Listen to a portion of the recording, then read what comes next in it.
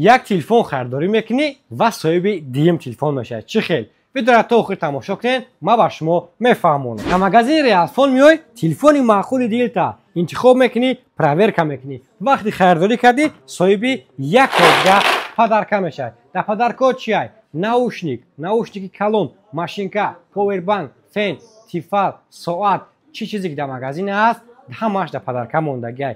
پلوسی ده تایگه تلفنی ردمی اس موندگی که خدا خواهد میتونه که خودت صاحب همه خیلی تلفن شوی. ده تا تلفنی ردمی اس خدا خواهد در داخل شریکه ها پر میکنیم و میبینیم که کی صاحب همه خیلی پدرکای تلفن‌های ردمی اس میشوه.